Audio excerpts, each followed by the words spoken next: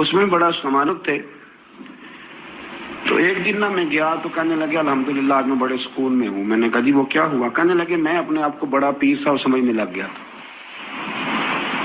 تو ایک وابڈا کے کسی آدمی سے کام تھا تو میرے ایک دوست نے مجھے کہا کہ پیر صاحب اس کو ٹیلی فون کر دیں، سنا ہے آپ کا عقیدت مند ہے.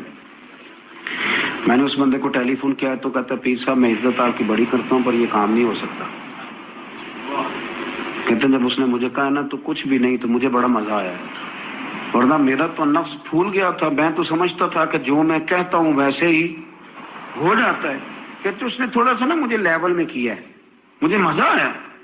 یہ لوگ نا اپنے اوپر بوجھ ڈالتے تھے، یہ تھوڑا تھوڑا پیچھے ہٹتے تھے، یہ سمجھتے تھے کہ اس طرح تو ہماری تکمیل رہ جائے گی.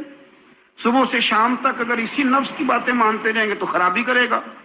دولت کا نشہ ہے بھائی، دولت کٹھی کرنے والا کسی جگہ سیر نہیں ہوتا.